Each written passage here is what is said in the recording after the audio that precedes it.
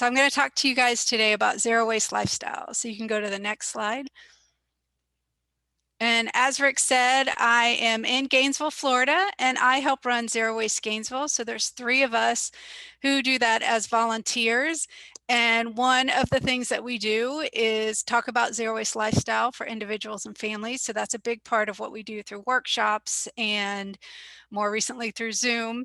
And the other thing we do is we advocate for our city and county to work towards zero waste. And 2 things we're working on most recently is talking to the city and county about their procurement. So a green purchasing policy, really looking at the materials that they use on the city and county property and what others can use. And the other thing is organics program. So we're trying to rescue the edible food and get all of the compostable organic material out of our landfill carts. And then I'm also the director of Zero Waste at the Repurpose Project. And the Repurpose Project is a creative reuse center. Basically, they sell used stuff that people bring in and donate to them. And a couple things we're working on there is we're trying to expand, and we're also trying to get the city and county to ban or not allow reusable items in our landfill carts. Before COVID, as my job with the Repurpose Project, I was working with small businesses and schools and events to get them working towards zero waste. And since COVID, my job has shifted some, and I've been doing more educational content and stuff like that. So, and I'm also a zero waste associate. And next slide. So today I'm going to talk to you about zero waste lifestyle. And that basically means living in a way that creates little to no waste. And you can do this by focusing on reduce and reuse. That's a big part of any zero waste. And buying less, buying quality items, and buying used, really promoting the share and borrow and lend if you have that community, if you have that in your community. And really thinking about all discarded materials are resources, and resources have value. Avoiding single use, especially plastics, but really everything, and really promoting the reuse and refill systems. Living a simple life in line with nature, and source separation definitely is important downstream. So you can go to the next. Zero waste is not a reason to buy all new eco-friendly items or recycling to excess. We hear that a lot in the workshops we used to do in person. People would tell us that they fill up their recycling bins full of recyclables, and they think that that's zero waste. And while recycling is part of zero waste, it's definitely not all of it. We also think it's not a movement for the privileged. We definitely want to be as inclusive as possible. It shouldn't be temporary either, and it shouldn't be about avoidance, or it shouldn't be about individuals' responsibility. And I'm fortunate to be doing some work more and more with zero waste communities, and I think that's really important because we need to move our communities towards zero waste, so it's less of an individual's responsibility to avoid all of these items that don't help you be zero waste. So next slide. So this is how my family and I are working towards zero waste. We have dual stream recycling here in Alachua County, meaning our paper is separate from our bottles and cans. We have a pay-as-you-throw system, so we have the smallest garbage cart that we put out at our curb. We compost, and we have been composting in our backyard for a very long time, but recently we have a community composter here. So we subscribe to their system too, so we can take that to drop-off sites in town and drop off our compostable, our food scraps. And then we are not a family that can put all of our discarded material into mason jars. We're a family of 4, and we use non-traditional garbage bags, and we produce about a chip bag size or a cereal bag size of garbage a week for a family of 4. But really, zero waste isn't all or nothing. Any amount of waste you can reduce is a success, and setting the intention to work towards zero waste is really important in making that commitment. So next slide. So how do you begin your journey to zero waste? I encourage people to do a waste audit, and that's really just saving, sorting, and studying the trash that you generate. You can make a plan, start thinking about reduce and the circular economy that we're all aware of now. So next slide. This is a waste audit I did recently of my family's trash, and I really like doing waste audits, whether if it's just our trash at home or in a business or helping out in a school. And one thing I always tell people, if you're going to look at your trash for a day or a couple days or even a week, just to go ahead and set your food scraps aside. If you don't already do that, keep them in the fridge or the freezer, and it's just a lot easier. And so this is just all the commingled stuff that normally I would not commingle, but for this project I did for Zero Waste Week here in town, I commingled it all and created data sheets. And you can go to the next slide. And so this is all really sorted out, stuff for the landfill, stuff for recycling, stuff, maybe they could take the film back at a grocery store, stuff that could be reused, and then really look at the stuff that's going to the landfill and see if there's anything you could live without, or you could buy something different that is reusable or recyclable or compostable. So next. And beginning your zero waste lifestyle journey, I encourage you to just collect items that will help you live a zero waste lifestyle. You probably already have a lot of these around the house, like reusable bags and jars, napkins, utensils. So this is a picture of zero waste kits that I make that we sell at the Repurpose Project. It's all from salvaged material, salvaged items. I make these small reusable bags out of material that's donated to the Repurpose Project. The same with the silverware and napkin, and just extra jars that we have. You definitely don't need to buy anything. You probably have a bunch of stuff that you already use to be zero waste, but if you needed to buy stuff, I would encourage you to look for used items, or and then if you have to buy something new, I mean, back in the day, we would always have to look at the online stores like Life Without Plastic. But recently in Gainesville, we have a zero waste store called Life Unplastic. Not every town has one of those. You might have a store like that where you live, but we've had one here for about 2 years, and it mostly really is because of the zero waste movement, because we've been talking about zero waste for a couple years now. And so the owner sells sustainable items, less packaged items, a lot of bulk stuff, and she's trying to get more and more bulk there.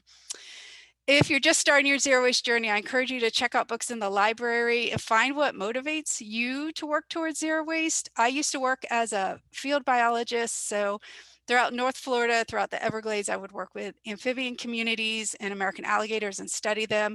And that's really what motivates me, my connection to nature, and I just love animals. So if you can find what motivates you to work towards zero waste or to live more sustainably with Earth, then I think that that will help. So next slide.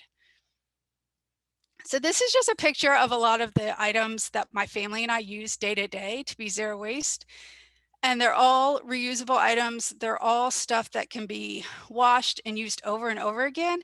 And most all of them are really old too, like the reusable bags and the napkins and silverware. Even the pouches with the animals on them, we've had them over 10 years that our girls use when they pack their lunches.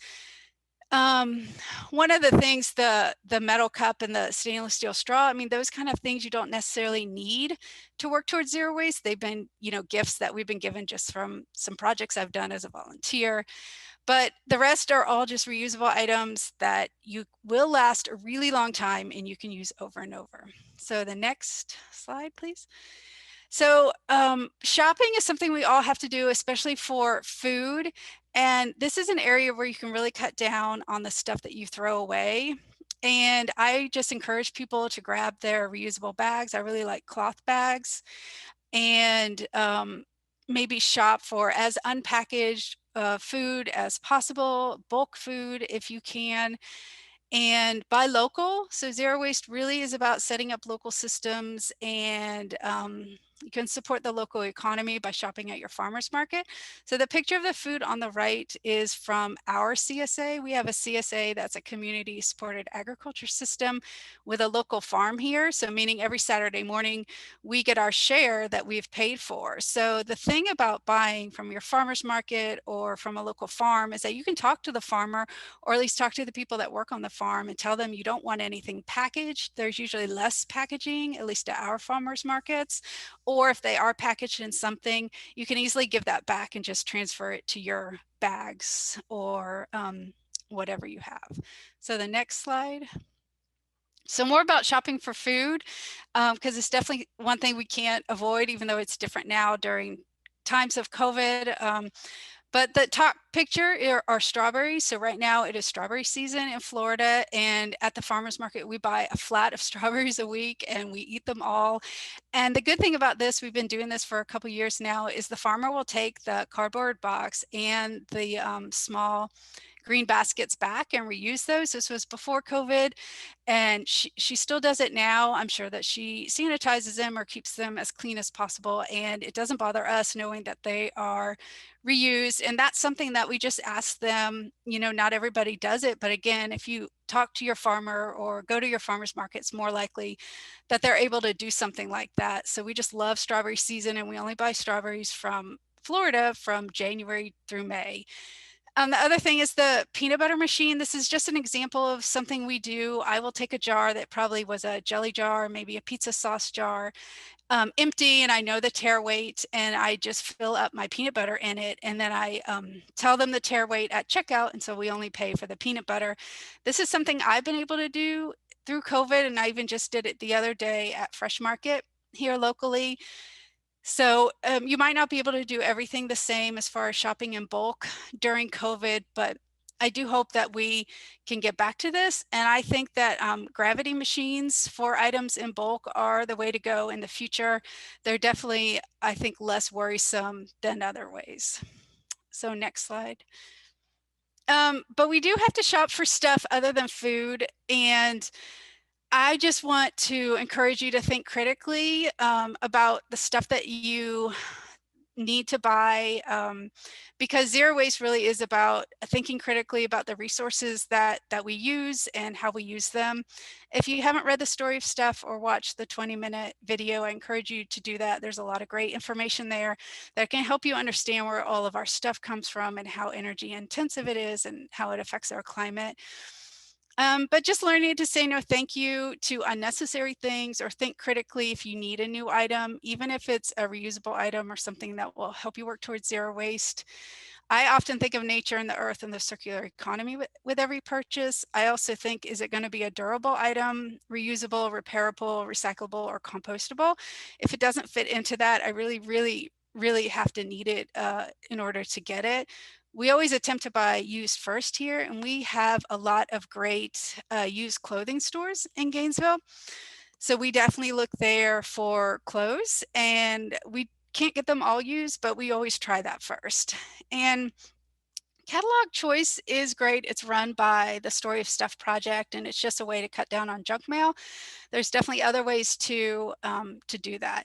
And one thing that we've always done is that I like to make a lot of stuff from scratch. It's just kind of my personal thing that I really like a lot. So it's kind of helped us to be zero waste, because I like to make our own salad dressing or hummus or bread. We have a bread machine. I don't totally make it myself. The bread machine helps. Pizza dough, stuff like that. And I make it all from ingredients that have low packaging or no packaging. And to me, that's just really a hobby to do those kind of things. So that might not be your hobby. Some people who are working towards zero waste, their hobby is to make their own toothpaste. And that's just not my interest. I don't do that. But I do like to make our own, you know, cookies or cakes or muffins or snacks and stuff like that. So next slide.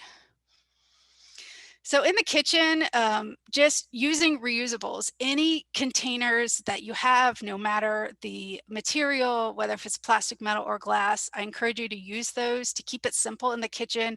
Just use cloth napkins, washcloths, hand towels, stuff like that. The picture on the right are some things that I guess could be considered single use. We do have aluminum foil and parchment paper and paper towels, but that roll of paper towels in the picture, it took us 4 years to use one standard size roll of paper towels, just because we don't use them very much. And that roll did get used up. So we're on a different roll now. But the aluminum foil, we wash it as much as possible and reuse it and use it sparingly. And the same thing with parchment paper. So next slide. So glass, glass is just an amazing material. I love glass. Glass can be used for so much. I try and save all the glass jars that I can, that I can store. Unfortunately, I can't store as many as I want to keep, but I use glass jars for so much. Like if we buy stuff in bulk, like seeds or nuts or anything like that, I will transfer them into glass jars, and that's how we keep them at home. We drink out of our glass jars. Those were our daughter's first, real drinking glasses, whereas, peanut butter jars or jelly jars. I freeze in glass a lot. If something from the CSA, like a fruit or a vegetable, maybe looks like it's about to go bad and we don't have time to eat it, I will shred it, like that example of the zucchini in the picture. And then, freezing kind of just puts a pause on the freshness. It keeps it like that so I can use it later on in a vegetable lasagna. I also freeze beans and soups and muffins and other things in glass, and I've never had a problem. We put our toothbrushes in little glass jars. It's just, I don't think glass jars are really single use. We try to reuse them as much as possible. So next slide. So zero waste on the go is possible also. So the picture on the left is all of the items my daughters would be using to pack their lunch if they were in school, but they're doing school from their bedrooms. So those pouches, like I mentioned, they are over 10 years old, and we have 2 sets of them. And they would put a muffin or cheese or a sandwich or anything in those pouches, use them during the week at school, and then I'd wash them on the weekend. And the same thing with the water bottles and silverware if they needed it, or container. So it's just the theme of living zero waste is buying durable, reusable items and just using them over and over and over for years and years and years. And the picture on the right is some stuff that I always have in my purse. So I definitely have a bag of bags I keep in my trunk for shopping, but I always keep a few things in my purse, like the metal pint cup, 2 pieces of silverware, a cloth napkin, and some of those reusable bags that like collapse into themselves. So the pint cups, again, were gifts because I did some work with Plastic Pollution Coalition, and these reusable bags were also gifts from something, I don't remember what, but they work really well to keep on hand if, of course, this was pre-COVID, if you ever found yourself at an event where they had plastic utensils or plastic cups, you could just whip these out and you are set. Purses are kind of gross inside after a while, they get dirty. So those, you can see the covers that have purple bats maybe on them. Those were pajama pants from my youngest daughter that got ripped and some stains from doing yard work. So they just weren't good for donation. So what I did is I cut those pant legs off, I sewed up the bottom, and I used them as the cup kind of protector in my purse, and that works out well. So next slide. So zero waste is so much more than recycling, but I always try to talk about recycling in my workshops because people want to know about recycling. But the goal really with zero waste is to reduce and reuse so much that you don't have that much to recycle on the back end. But I always encourage people to recycle what they do have. And, in Alachua County, because we have the dual stream system, our paper stays really good quality and it's worth a whole lot. And we can recycle just the basic ones and twos and metal cans and glass jars, stuff like that. But more than just recycling, I encourage you guys to buy products made from post-consumer recycled content because that really closes the loop. And this is a part of what we're asking the city and county to do with their procurement. Because we want to make the connection that we shouldn't just recycle, but we should buy items made out of recycled content. And recycling really is important for the community. It can help with the climate change and it's part of the circular economy. So next. Composting. So composting is a big deal too for your personal zero waste journey. If you don't already compost, you guys probably live in a lot of places that have curbside composting where we've never had that here in Florida. I've never lived anywhere that's had that. But composting is such a great thing to do. And of course, first you should reduce any wasted food that you accumulate, meaning to eat what you have on hand, eat your leftovers, shop your fridge and your pantry first. It's really, really important. And then make your shopping list around what you already have in your fridge and your pantry so you really use up your food. And then what you compost should really be the scraps, the pits, the peels, the cores, all of those kind of things should absolutely be composted and not sent to the landfill. So with backyard composting, it's a little bit more restrictive than a community composter or industrial composter. We would really only put fruit and vegetable scraps, maybe our coffee grounds, or maybe some brown paper towels and simple stuff like that. But with a community composter, he can take more if we have other stuff, like bits of cheese, or I'm trying to think what else, maybe bits of bread and other stuff like that he can take. But your compost bin definitely needs the air and water and the food that you provide. The kitchen scraps are your greens. It definitely needs browns. The best kind of brown material are the fallen leaves, the dried leaves, to add to your compost bin. And it really works. It's a pretty amazing system that just mimics decomposition that naturally happens. This is a closed loop system. It's pretty fantastic. Even if you ignore it, it will do work. It'll just take longer. And the microorganisms are busy in there, and they heat up the system, and it turns into a rich soil amendment that you can then use in your garden or your landscaping. So I encourage you to compost if you don't already. And, you know, some people, if they don't have a backyard or a lot of space, they do worm composting. I've never personally done that, but I've read about it, and we've talked about it because others in Zero Waste Gainesville and Repurpose Project do, but I've just never done that myself. So next slide. So zero waste lifestyle, in summary, it isn't all or nothing, and it's more about the journey than the destination. I encourage you to set an intention to work towards zero waste.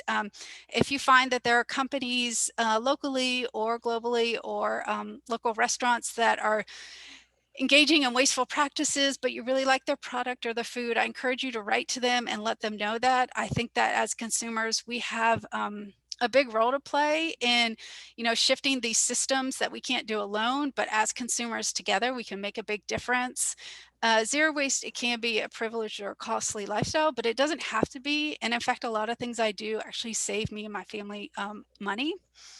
And I always advocate for culture change. That's a lot of what we do here in Gainesville, and system change. And I encourage you to support organizations that are working towards system change, because that's how we're going to get this done. And that's why I'm so excited to be working on working communities towards zero waste. That's a really big deal. So that is my last slide, and I'm all done.